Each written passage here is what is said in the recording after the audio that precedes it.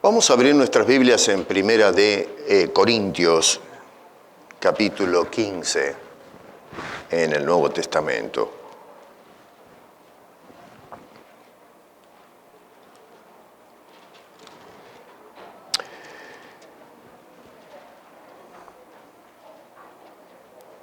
Voy a leer algunos versos, porque es un capítulo bastante largo, pero vale la pena leer, a lo menos gran parte de lo que dice o escribió el apóstol Pablo.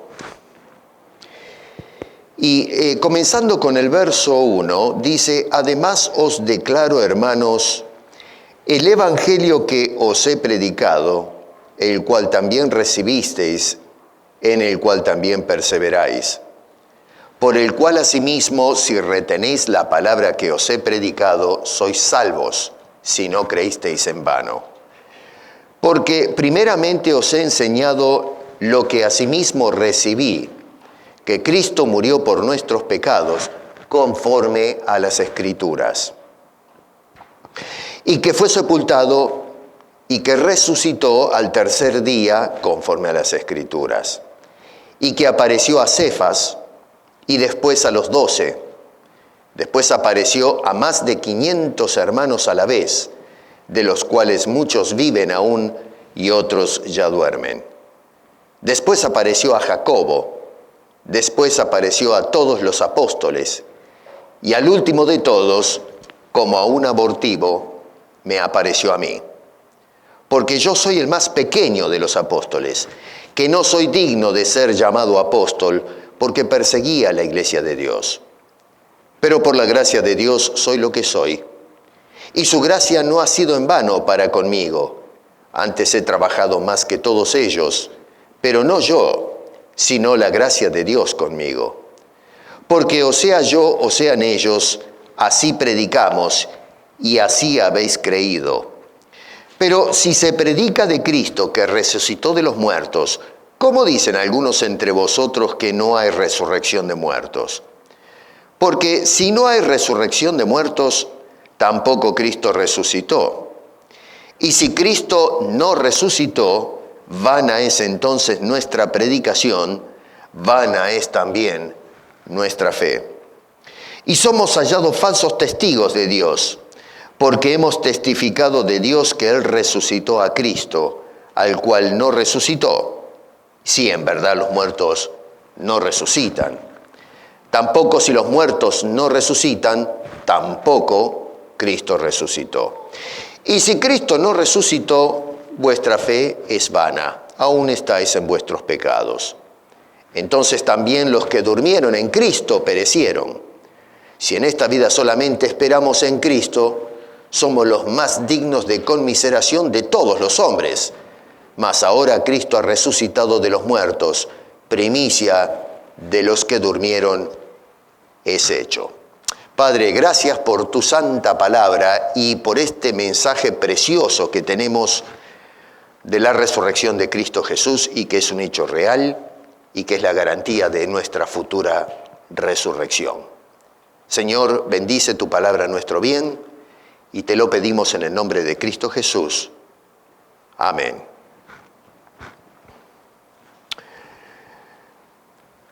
Pablo escribe a una iglesia que no solamente tenía facciones, pero también es una iglesia que tenía serios problemas teológicos, igual que hoy. Hoy la iglesia está pasando por un momento de grandes dudas, una iglesia fraccionada, una iglesia que desgraciadamente está abandonando las enseñanzas apostólicas. Y más bien lo que está haciendo es dándole la bienvenida a una cantidad de ideologías y enseñanzas que distan muchísimo de aquello que nos dejaron los santos apóstoles. En este caso, uno de los problemas teológicos que encaraba la Iglesia es que no todos, vamos a ser justos con la congregación de Corinto en aquel entonces, pero había personas que dudaban y otros que negaban del todo la posibilidad de que un muerto pueda resucitar y entonces, por supuesto, negar que se haya llevado a cabo la resurrección de Jesucristo. Es difícil, noten ustedes ahí otra vez en el verso 12 que acabo de leer, donde el apóstol Pablo hace la pregunta: ¿cómo dicen algunos entre vosotros que no hay resurrección de muertos? Más allá de la discusión de si eran o no creyentes convertidos, es triste, es lamentable que dentro de la Iglesia haya personas que estén dudando de la resurrección de Jesucristo, porque entonces uno queda haciendo la pregunta, bueno, entonces, ¿cuál es el propósito del Evangelio? ¿A dónde vamos los cristianos? ¿Qué significa ser cristiano? ¿Cuál es el objetivo de aceptar a Cristo como Salvador personal? Así que encontramos que, así como en los tiempos del apóstol Pablo, todavía hoy en nuestro presente existe esta disputa de gente que niega la resurrección del Señor Jesucristo. Y la razón es porque parece algo demasiado extraordinario. A ver, pensemos un poco, que un muerto se levante, inclusive después de 3 días, es una cosa inconcebible. Pero acá estamos hablando de un evento no natural, sino sobrenatural. Es algo que no tiene precedente. Encontramos personas que sí resucitaron, pero volvieron a morir. En los evangelios tenemos a aquel señor llamado Lázaro. Jesús era amigo de la familia, estaba, hasta donde sabemos por los documentos sagrados, estaba Lázaro con 2 hermanas. Y de vez en cuando Jesús pasaba por esa casa, era una casa de tránsito. Lázaro se enfermó y se murió, el pobre hombre, no sabemos qué le pasó, pero Jesús fue a la casa de Lázaro y lo levantó de los muertos. Ahora, Lázaro fue una resucitación, para ponerlo de una manera un poco más diferente a la resurrección. Una cosa es resucitación y otra cosa es resurrección. Una resucitación que no es como la que hacen ahora en los hospitales, que le hacen el código azul, ¿no? Le meten ahí los aparatos esos y levantan a la persona. Una vez que pasó cierto límite, la persona es irrescatable. Y en algunos casos, si logran despertarla una vez que se produjo por carencia de oxígeno al cerebro, yo no soy médico, no entiendo mucho de estas cosas, pero cuando hay carencia adecuada de oxígeno al cerebro, se produce la muerte cerebral de la persona, termina siendo un vegetal. Cruzando eso ya, entonces la persona muere, se produce la defunción. Con Lázaro pasó 4 días, así que estamos frente a un fenómeno de reestructuración. Tenemos una resucitación que va más allá de lo que conocemos hoy en el campo médico. El caso de Jesús es distinto, porque estamos hablando no de resucitación, sino resurrección. Jesús no vuelve a morir, sino que está vivo. Y esa es la diferencia entre una cosa. Pablo explica que la resurrección, hermano querido, es parte integral del evangelio que él anunciaba. A veces estamos, y esto lo he dicho en otras ocasiones, enfocados totalmente en la cruz, la vía dolorosa, como se acaba de cantar o interpretar. Pero el asunto no terminó con Cristo en la cruz, sino con un Cristo que venció las barreras de la muerte, un Cristo que fue levantado, un Cristo que luego ascendió glorificado y hoy está a la diestra de Dios el Padre. Así que a veces existe en la cultura esa idea de mirar solamente el evento del Calvario, pero poco se habla del evento del huerto cuando el Señor Jesucristo se levantó del sepulcro. En las iglesias evangélicas tenemos en cuenta eso, la Iglesia Católica también hoy tiene la misa de resurrección, Pero el enfoque está más en la cruz que en el Cristo resucitado. Sin embargo, sin resurrección no hay esperanza para nadie. El apóstol Pablo nos está diciendo en el capítulo 14 y 15 que si Cristo no resucitó, vana es entonces nuestra predicación. No dice si Cristo fuera crucificado, apunta a la resurrección. Dice, y vana también es vuestra fe. Yo digo nuestra porque me estoy incluyendo en todo. Ahí dice vuestra porque está escribiendo a la gente de Corinto. Pero nuestra fe es una fe vacía, eso quiere decir vana. No tiene fundamento, no tiene contenido. Y somos hallados falsos testigos de Dios porque hemos testificado de Dios que Él resucitó a Cristo, el cual no resucitó, si en verdad los muertos no resucitan. Así que Pablo es tajante en esto que está indicando. Si nosotros divorciamos del Evangelio la resurrección, solamente nos concentramos en la crucifixión, nuestra predicación es una predicación vana, sin fundamento, sin contenido, y no hay esperanza para nosotros. Ese Evangelio que el apóstol Pablo gastó años predicando, entonces, no fue una producción humana, no fue una invención filosófica acerca de los sucesos que tomaron lugar. Ustedes cuando leen, por ejemplo, la literatura clásica, tenemos hombres como Homero y Hesíodo, que vivieron varios siglos, el siglo VIII y siglo VII antes del nacimiento de Cristo, que abordaron el tema de la teodicea, el origen de los dioses, que no existen, por supuesto, pero fueron poetas que escribieron de su inventiva personal sucesos que no tomaron lugar jamás, historias inventadas que la sociedad absorbió y trató de sacar, en fin, provecho y enseñanzas morales, mayormente acerca del heroísmo y la valentía dentro de la cultura helénica, pero que sabemos claramente que son inventivas humanas. Pero cuando abordamos el Evangelio, rompe con ese esquema. Estamos hablando de hechos que tomaron lugar, hechos ciertísimos. No fue un invento del apóstol San Pablo.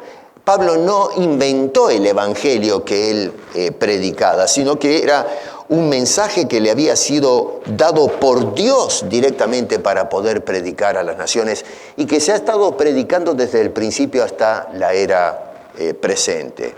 Noten que apela a los testigos que estuvieron presentes en la resurrección, versículos 5 al 8, donde hace una lista. Realmente, si no hubiese sucedido la resurrección, me pregunto, todos estos testigos que enlista el apóstol Pablo, ¿cómo vivieron, francamente? Porque algunos de ellos tuvieron que enfrentar la persecución y la muerte en una forma terrible por la convicción de que Cristo había resucitado de entre los muertos. A mí me molesta y me resulta altamente ofensivo cuando la intelectualidad contemporánea niega la resurrección de Cristo negando el testimonio de todos estos testigos. De decir de una manera abierta y flagrantemente que estos hombres mintieron. No estamos hablando de 2 o 3 personas aisladas, sino que un contingente de personas mintieron deliberadamente y aún estuvieron dispuestos a dar su vida por esa mentira y exponer la vida de sus familiares también por esa mentira y exponer a toda la gente que los escuchaba y les creía por esa mentira. Es una cosa sorprendente que hoy, después de 2000 años, nos separa un largo periodo de tiempo, tengamos esta soberbia y arrogancia de acusar de un delito grave a personas que vivieron en el pasado y no tenemos ninguna prueba tangible o fehaciente que pueda decir, bueno, mira, aquí tenemos las evidencias que todas estas personas se confabularon para decir una gran mentira acerca de una resurrección que nunca tomó lugar. Es algo altamente ofensivo eso, pero sin embargo, en el campo intelectual, personas niegan la resurrección de Jesucristo, indicando que estos hombres inventaron la historia, o fue una especie de ilusión, o algún tipo de espejismo, o vaya a saber que padecieron estas personas. ¿Por qué es importante la resurrección? ¿Por qué es necesario que contemplemos esto que el apóstol Pablo indica en esta carta a los Corintios? Y que, por supuesto, lo vemos en los evangelios nos hablan de un Cristo resucitado, y a través de la Biblia vemos en el Nuevo Testamento la predicación de un Cristo resucitado. Hay a lo menos 4 cosas, hay mucho para hablar de esto, pero la resurrección pone de manifiesto el poder de Dios sobre la muerte. Repito, en situaciones extremas los hombres intentan ver si recuperan a una persona que, en fin, acaba de, le llaman acá médicamente el flatline, ¿no? La línea, cuando ponen esos monitores para medir el pulso de la persona, ustedes ven este disparo, ¿no? Una especie de V invertida y, en fin, va quebrando. Cuando la persona deja de vivir, entonces se produce una línea recta. Esos son los monitores, marcan ese tipo de cosas. Y bueno, hay que hacer una serie de procedimientos para ver si se puede devolver el pulso a la persona. Como dije antes, hay un periodo muy corto con el cual se puede jugar. Pasando eso ya no hay margen. La persona se firma la defunción y se terminó. Levantar a esa persona después de unos días demanda de un poder que nosotros los hombres no tenemos. Y si hay algo que notamos en la resurrección de Jesucristo es el poder activo de Dios. Y eso es parte de la importancia de la resurrección de Jesucristo. Pone de manifiesto el poder que Dios tiene. Poder sobre la muerte. A veces hablamos del poder de Dios sobre la vida, pero Dios es la vida. Dios es el que otorga la vida. Pero ese Dios que da la vida y otorga la vida, es un Dios que tiene poder sobre el imperio mismo de la muerte. La muerte es lo que nos aterra a todos los seres humanos, no solamente porque se acaba la carrera de todos nosotros, sino, pienso yo, porque en una forma innata todos morimos conscientes de que tenemos que encontrarnos con el gran juez. Que todos sabemos que morimos con una deuda que no podemos saldar. Y entonces por eso le escapamos a la muerte. Y la realidad es que no podemos hacer absolutamente nada para escapar a la realidad de que todos nosotros eventualmente vamos a morir. Y la única esperanza que tiene el hombre para vencer ese enemigo es Dios, el que tiene el poder y la autoridad sobre la misma muerte. Así que nosotros tenemos ciertos poderes para ejercer algunas cosas a voluntad, pero nada puedes hacer por conservar tu vida. A ver, hoy día tenemos una industria enorme de personas que van por los quirófanos tratando de ver si pueden estirarse la vida.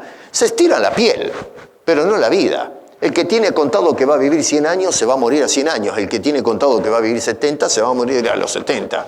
Por más que usted pase por el quirófano y se corte todo el cuerpo para estirar y reestirar, si a usted le toca vivir 70, se muere a los 70. No hay vuelta que darle. No estoy diciendo con esto que no cuiden la salud, que tengan una buena dieta para poder vivir saludables, pero cuando Dios determina que se termina la carrera, allí se termina. El hombre no puede extender sus años. Sus días están contados. Así que una vez que nosotros partimos de este mundo, ya no hay más nada que hacer. Ahora, nosotros podemos apreciar, basado en lo que nos dicen las Escrituras, la muerte desde una perspectiva completamente diferente. Ahora, en lugar de tener el terror porque vamos a enfrentar la muerte, ahora podemos hacer lo que hacía el apóstol Pablo, ser un poquito, yo diría, con una arrogancia santa, si me permiten la expresión, aunque no sería la forma más adecuada de ponerlo, pero observamos la actitud del apóstol Pablo como increpa a la muerte. ¿Quién se atreve a increpar a la muerte? Bueno, eso es lo que hace el apóstol Pablo, y no porque sea un arrogante desde el punto de vista del ego, sino porque tiene la absoluta confianza del poder de Dios para levantar a los muertos.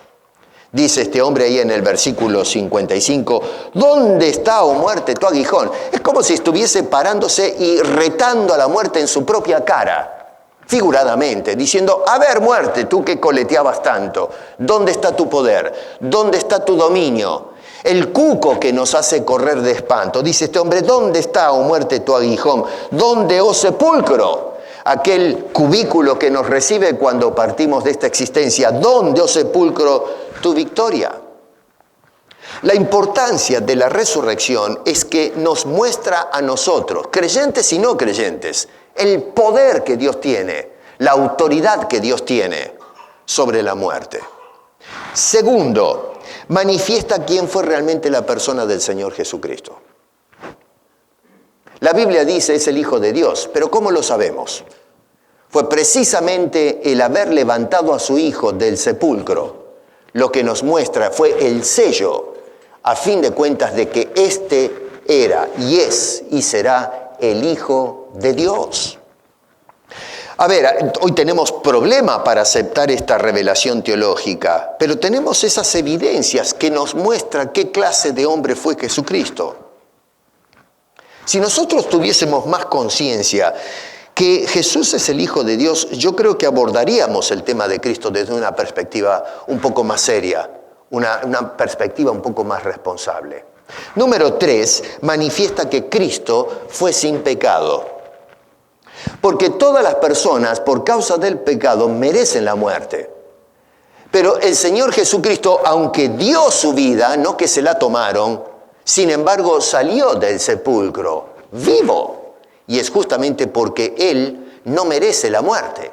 Nosotros merecemos la muerte y muerte eterna. En el caso de Jesús, el cuadro es diferente. Él era sin pecado y es por eso que Dios lo levantó. Y vuelvo a repetir, hoy no vamos a tocar ese tema, pero dentro de lo que es la teología del nacimiento, sacrificio o pasión, resurrección, viene la glorificación de Cristo con la ascensión y puesto o parado a la diestra del Dios Padre.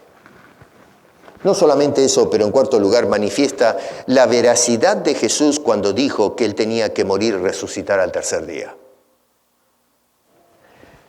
Jesús dijo muchas cosas. ¿Qué evidencias tengo yo de que las cosas que dijo Jesús son ciertas? Necesitamos evidencias para corroborar que algo que se dice es cierto. Bueno, Jesucristo dijo en su ministerio público, en vida, el Hijo del Hombre es necesario que muera y al tercer día sea resucitado. Los discípulos al principio no captaban esto. Y la verdad es que parecía algo extraordinario. En términos normales, si una persona dice tengo que morir y resucitar al tercer día, pónganse un poco en las sandalias de las personas que escuchaban esto. ¿Cómo se podía asimilar o absorber esto? Y sin embargo, eso fue lo que tomó lugar. En lo personal es una tremenda garantía, no solamente en las cosas que enseñaba Jesús, sino las cosas que hablaba del porvenir que todavía no se han cumplido. Cuando Jesús habló, se cumplió lo que habló. Y cuando hablaba acerca del futuro, y en el caso nuestro, nuestra propia resurrección, quiere decir entonces que podemos confiar en sus promesas, podemos confiar en sus palabras. Repito, la resurrección nos muestra cuán veraz fue Jesús al predicar las cosas que nos dijo a todos los hombres. ¿Qué es más importante? ¿La crucifixión o la resurrección de Jesucristo? La realidad es que ninguna de las dos cosas son más importantes que otras. Las dos cosas son complementarias, es la obra acabada de Dios. Las dos cosas son importantes.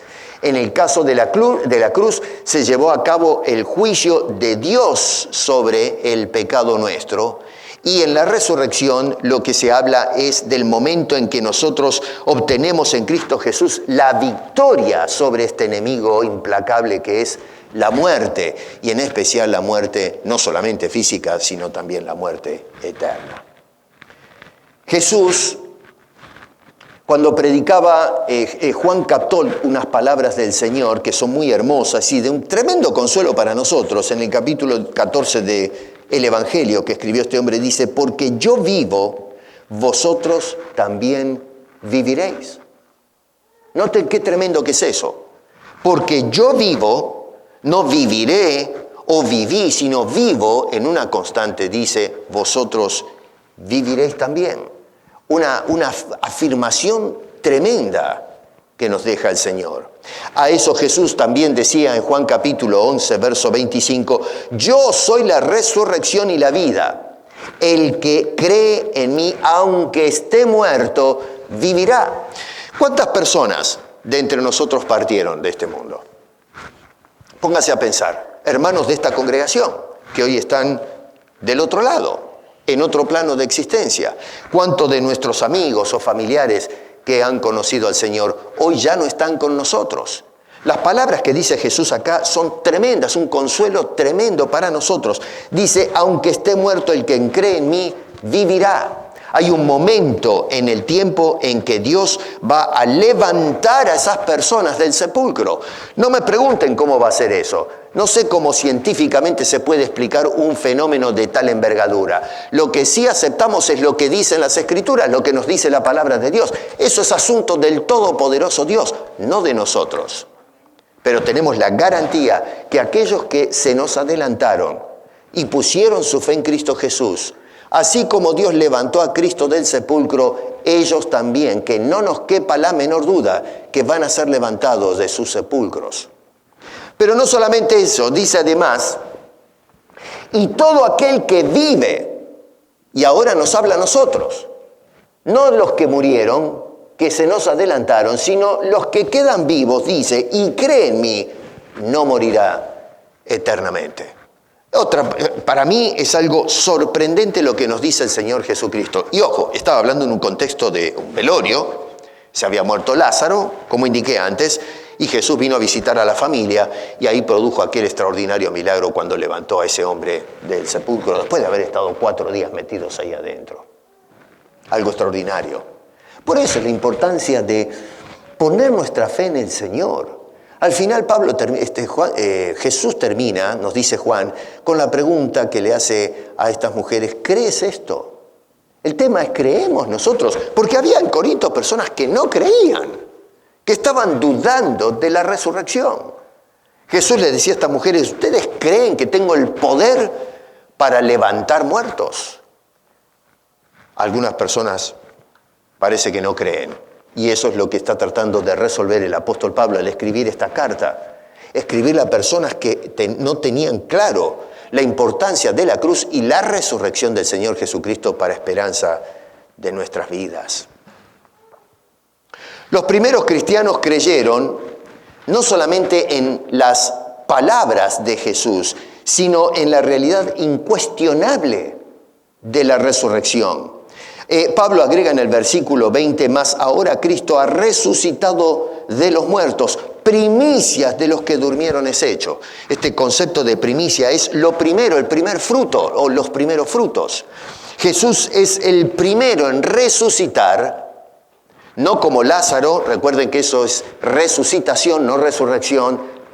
Quiero enfatizar esta diferencia. Lázaro se murió, eventualmente se murió otra vez. Pero en el caso de Jesús es el primero en levantarse y mantenerse vivo. En el caso nuestro, entonces, vamos a continuar con lo mismo. Por eso dice la primicia. Luego seguiremos nosotros de la misma forma. Dios va a levantar de los sepulcros nuestros cuerpos y vamos a estar para siempre con el Señor. El apóstol Pablo en el capítulo 6 de Romanos, verso 5 dice, porque si fuimos plantados juntamente con Él en la semejanza de su muerte, también así lo seremos en la de su resurrección. De la manera que Dios levantó a Cristo, así vamos a ser levantados nosotros. Qué tremenda esperanza que nos da el Señor y en especial la obra de la resurrección. En estos versos tenemos 3 cosas, a lo menos, hay mucho para hablar, pero a lo menos 3 cosas. Primero, una resurrección predicada. Segundo, una resurrección afirmada. Y número 3, una resurrección asegurada. Predicada, afirmada y número 3, asegurada. En el verso 12, la predicación de la resurrección predicada. Noten que este hombre dice, pero si se predica de Cristo que resucitó de los muertos, y luego sigue la pregunta retórica que hace el apóstol San Pablo. Ahora, es interesante porque aparece varias veces la palabra predicar en esos versículos. Noten ustedes que aparece ahí en el versículo 2, he predicado. En el verso 3, en un sentido, dice he enseñado, pero es lo mismo. En el versículo, ¿dónde estamos acá? Aparece otra vez en el versículo 12, ahí en sus Biblias, si se predica. Versículo 14, nuestra predicación, y en el verso 15, si se fijan, dicen ahí en la segunda frase, hemos testificado, dar testimonio por medio de la predicación. Así que noten que el apóstol Pablo está hablando de algo que no pudieron mantener callado, predicaban la resurrección del Señor Jesucristo. Y en el versículo 1 nos habla del Evangelio, y el Evangelio, la buena noticia, contiene la resurrección de Cristo. No podemos evangelizar sin hablar de la resurrección de Cristo. A veces hoy estamos enfocados, cuando le damos la buena noticia a la gente, es Cristo te salva. Bueno, te salva ahora, pero ¿y qué del futuro? ¿Qué del mañana? El Evangelio no solamente nos da la noticia del perdón de Dios, sino el hecho de que nuestras vidas obtienen victoria en Cristo, no solamente sobre el pecado, sino sobre el imperio de la muerte. Es una esperanza que va más allá del perdón de Dios.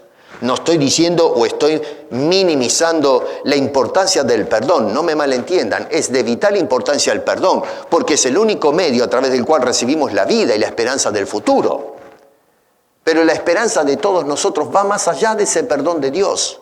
La gracia de Dios nos garantiza que nosotros tenemos vida y vida permanente, vida eterna, y nuestros cuerpos van a ser levantados del sepulcro. Es un contenido importantísimo en el Evangelio que predicamos a las personas. Otra vez, dice, os he enseñado que os he predicado, verso 2, verso 3, os he enseñado lo que asimismo recibí por parte del Señor. Se predica a Cristo que resucitó de los muertos. Noten cómo contiene el Evangelio la predicación de un Cristo vivo. Si Cristo no resucitó, vana es entonces nuestra predicación. A ver, si la predicación no contiene la resurrección de Cristo, es una predicación incompleta. ¿Qué significa predicar? Este hombre menciona varias veces acá el tema de la predicación. Predicar quiere decir propagar. Quiere decir extender o divulgar una doctrina haciéndola pública a cuanta gente sea posible. En este caso, la predicación de un Cristo resucitado. Cuando nosotros vemos un suceso sorprendente, lo que hacemos es compartir lo que hemos visto, de lo cual hemos sido testigos, a cuanta gente sea posible. Hace poco terminamos con el Mundial de Fútbol, ¿no? Y todo el mundo, especialmente los argentinos, que nos gusta inflarnos el ego, porque son tremendos los argentinos. No, disculpen los argentinos que me ven por la cámara, pero nos gusta hacer propaganda. Somos lo mejor del mundo, la Argentina. Bueno, ganamos el Mundial, no nos para nadie. Y a todo el mundo le recordamos, somos campeones del mundo. Ya me regalaron la camiseta con la tercera estrella, por cierto. Así que después un día te voy a venir con la camiseta con la tercera estrella. Nos predicamos, la estrella es para decirle al mundo, predicarle que somos campeones 3 veces. Si no tenemos problema en fanfarronear, en hacer público aquello que nos impacta. Bueno, hermano querido, nosotros, si hemos sido impactados con la resurrección, hay que predicarla.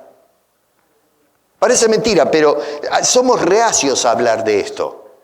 Pero lo central es divulgar algo de lo cual estamos totalmente convencidos. Y eso es lo que hacían estos hombres. Y a tal punto que, repito, estuvieron dispuestos a dar la vida por este hecho real. La predicación es la divulgación en forma masiva de eso que ha tomado lugar, que es el Cristo resucitado. Dime una cosa, ¿compartes esta verdad con tus amigos? ¿De qué manera vivimos nosotros el Evangelio?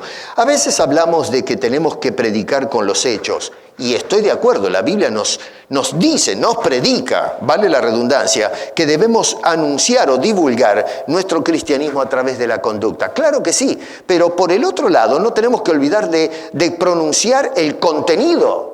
No solamente la conducta, sino nuestras convicciones y lo que la misma Escritura dice. Tenemos que predicar lo que la Biblia dice. Y lo que la Biblia dice es que Cristo no solamente murió, sino que resucitó por nosotros para vida eterna.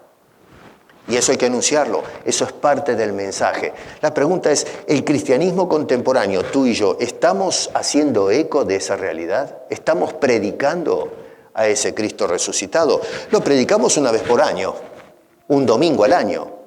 Pero esto es un anuncio que tenemos que darlo en forma constante, a diario, con cuantos se nos crucen en el camino.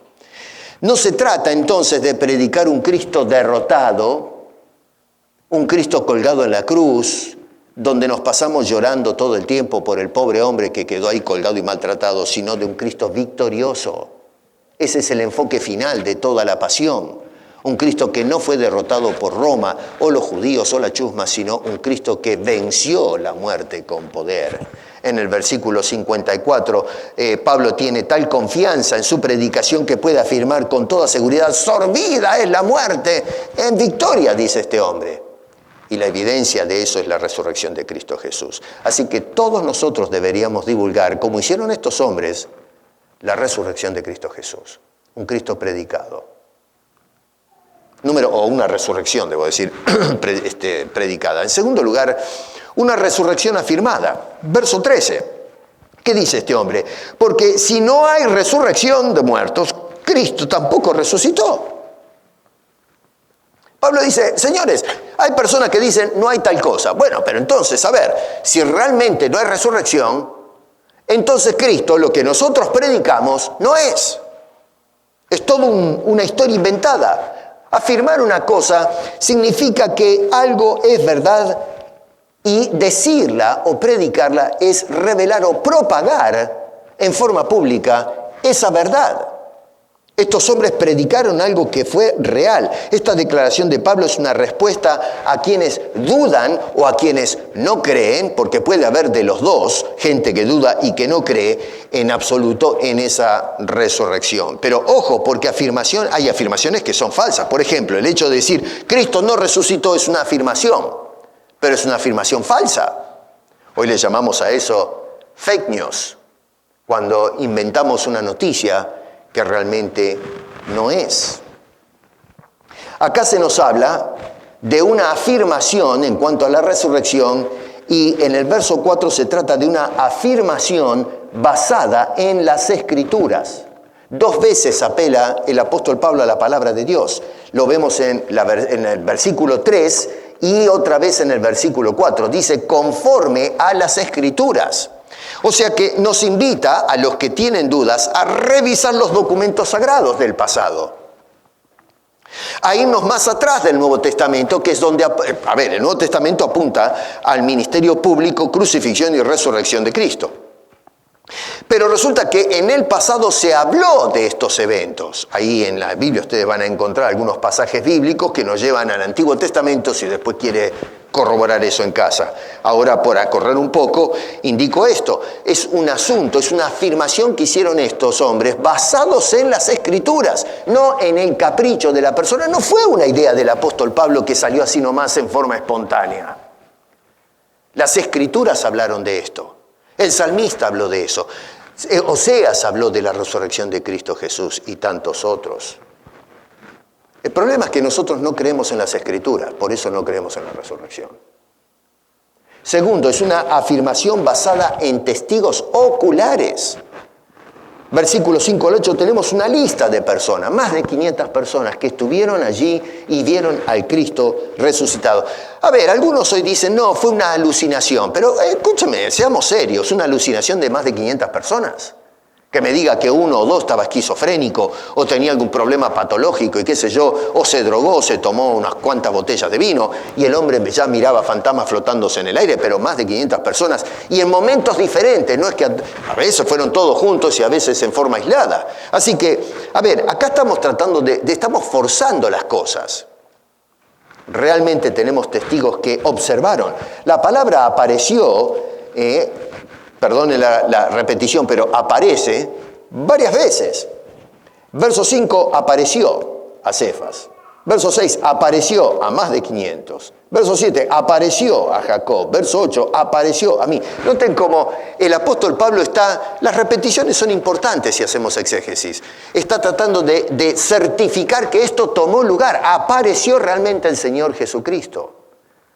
La palabra jorao, que tiene que ver con la vista, dice que fueron personas que lo vieron personalmente al Señor. Esa palabra aparece o se deriva de la palabra optomai, de donde viene el término óptica en nuestro español, que tiene que ver con los ojos. Lo vieron con sus propios ojos. Vieron al Señor Jesucristo resucitado. No es simplemente que apareció así y no sabían qué es lo que había aparecido. No, lo pudieron contemplar. Tenían la absoluta seguridad que ese es el Cristo resucitado. Una afirmación basada en testigos. Hoy tenemos el problema otra vez que no creemos a los testigos. Yo digo una cosa. A ver, cuando vamos a la corte y los abogados y el juez invitan a los testigos, es para escuchar el testimonio de estas personas. Si realmente el testigo no tiene valor, entonces ¿para qué introducir testigos a los casos?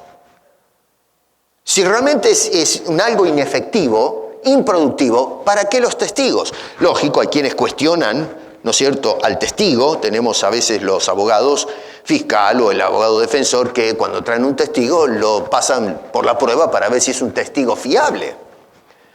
Pero el problema con la situación de hoy es que no le damos lugar a los testigos. Y si se les da lugar a los testigos, lo que hacemos es cuestionar a los testigos sin evidencia, descalificar a los testigos del todo. Al testigo hay que examinarlo para ver si es fiable, pero estos testigos no se los examina, simplemente de entrada se dice hay que sacarlos de la escena, no podemos confiar en estos testigos. Más de 500.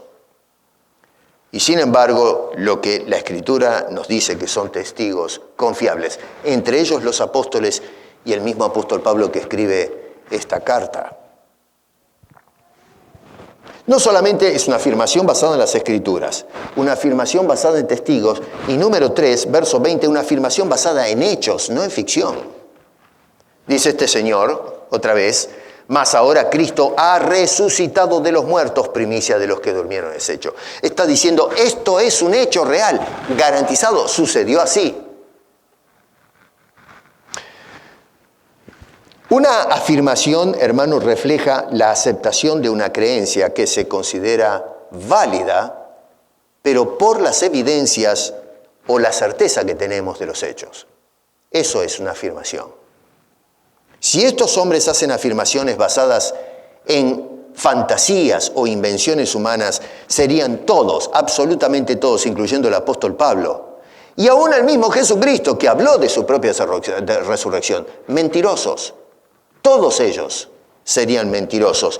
Y en última instancia, el Dios que inspiró las Escrituras, que desde el Antiguo Testamento habló de la resurrección, también Dios sería contado como mentiroso. Y de ser así, tal como indica el apóstol Pablo en el verso 15, somos todos hallados falsos testigos de Dios, porque hemos testificado de Dios que resucitó a Cristo cuando no existe semejante cosa. Todo el Evangelio, todo lo que estamos haciendo nosotros hoy, es una farsa, una mentira. La esperanza que tenemos en el futuro es una mentira. El concepto de salvación y perdón de Dios es una mentira. El que somos condenados por causa del pecado es una mentira. Entonces, por lo tanto, comamos y bebamos, total, mañana perecemos. Una afirmación basada en hechos, no en fantasías.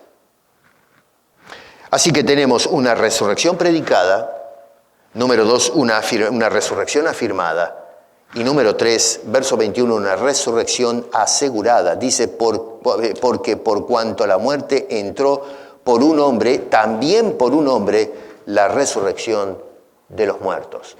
Pablo lo que le está diciendo a estos que dudan es un hecho, es real. Está afirmando la resurrección de Cristo Jesús, no está dejando lugar de duda. De la misma manera que, según nos dice Pablo ahí, tenemos la seguridad que todos vamos a encarar la muerte y que la muerte entró a todos nosotros, este flagelo que padece el hombre, entró por un solo hombre, está diciendo, y todos estamos convencidos de eso. ¿Quién tiene duda de que vamos a morir?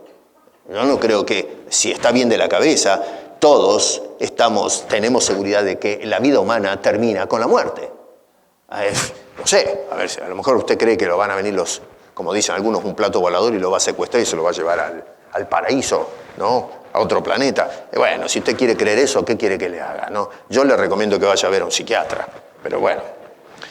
Pero si pensamos en términos normales, todos sabemos que se acaba la carrera. Dice Pablo, entró esa desgracia, esa muerte por un hombre. Pero así como no dudamos de la realidad de eso, este hombre nos está afirmando que de la misma manera la resurrección a través del Señor Jesucristo.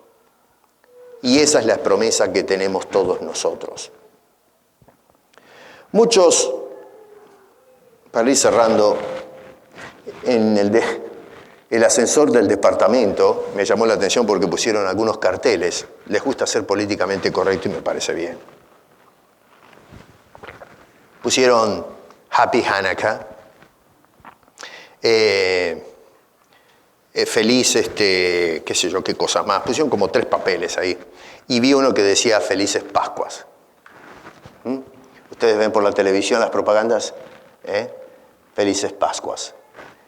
Nosotros los hispanos nos felicitamos y nos decimos felicidades, felices Pascuas. Bueno, déjeme decirle, no hay nada feliz en la Pascua, a menos que seas de Cristo.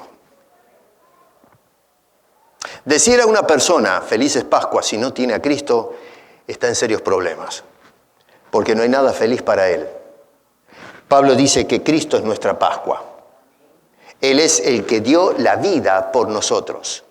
Y la resurrección es feliz para aquellos que están en Cristo Jesús. Si tú no aceptaste a Cristo Jesús, no tienes nada de qué gozarte, no hay nada de feliz.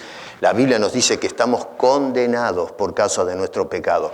Y a menos que vengamos a los pies de la cruz de Cristo, esa Pascua no se hace nuestra. La Pascua se convierte en el elemento de condenación. Si ustedes recuerdan, en el Antiguo Testamento, cuando se celebró la Pascua de Israel, era para salvar de muerte a aquellos que ponían su fe en Dios. Y cuando pasaba el ángel de la muerte, no era que pasaba solamente para los egipcios, era todos los primogénitos, judío, gentil, lo que sea, iba a pagar con su vida.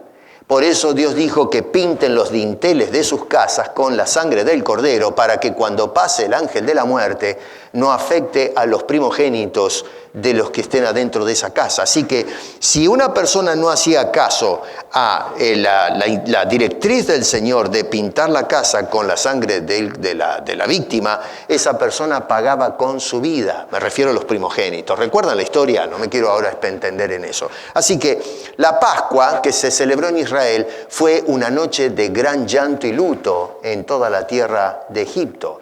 Solamente en Gosén, donde estaban los judíos, pasó de largo porque todos obedecieron al Señor diciendo pinten los dinteles de la puerta con la sangre del sacrificio. Y es por eso que el juicio de Dios que pasaba esa noche pasó de largo. Bueno, eso es tipo de lo que se hace con Jesucristo. La sangre de Jesús, cuando apelamos a esa sangre de Cristo, entonces el juicio de Dios pasa de largo. Pero si nosotros pasamos de largo la cruz y el sacrificio de Cristo, este día no es un día de felicidad y gozo, satisfacción, es un día de juicio. Así que las Pascuas son felices para nosotros los que tenemos a Cristo. Los que no tienen a Cristo, si tú no tienes a Cristo, no tienes nada que felicitar, estás en problemas. Y Dios envió a su Hijo a morir en la cruz y lo resucitó al tercer día, no solamente para darte perdón, sino para darte esperanza. La esperanza que tenía el apóstol Pablo, que la muerte ya no tiene potestad sobre nosotros, siempre y cuando confiemos en el Señor. Así que, hermano querido, a ti te digo felices Pascuas, a los que conocen a Cristo. Predica, habla con otros, cuéntales lo que Dios hizo en tu vida y dales la esperanza de la resurrección. Y si tú no conoces a Cristo Jesús, no has aceptado la salvación que Dios te ofrece a través de Cristo, te imploro en el nombre del Señor que aceptes a Cristo como tu Salvador personal. Que vengas y te hinques a los pies de la cruz y confieses tus pecados. Y Dios no solamente te ofrece el perdón y la vida eterna, sino que te promete que un día, como levantó el poder de Dios a su Hijo Jesucristo del sepulcro, te levantará a ti y a mí, y estaremos para siempre jamás en su bendita y gloriosa presencia. Esa es la esperanza sublime que nos da este día recordatorio de la resurrección del Señor Jesucristo. Yo soy la resurrección y la vida, dijo el Señor. Y al final termina diciendo, ¿crees esto? Bueno, tú verás que le respondes a nuestro poderoso Dios. Señor, gracias. Gracias por ayudarnos a través del apóstol Pablo a no solo recordar, pero a afirmar la resurrección de Jesucristo. Parece mentira que todavía hoy existan personas que pongan en tela de juicio este suceso porque les parece un imposible. Pero es que es un imposible. Es posible para Dios levantar a los muertos, imposible para el hombre. El hombre no tiene ninguna potestad para poder vencer la muerte. Es algo que nos va a visitar a todos nosotros.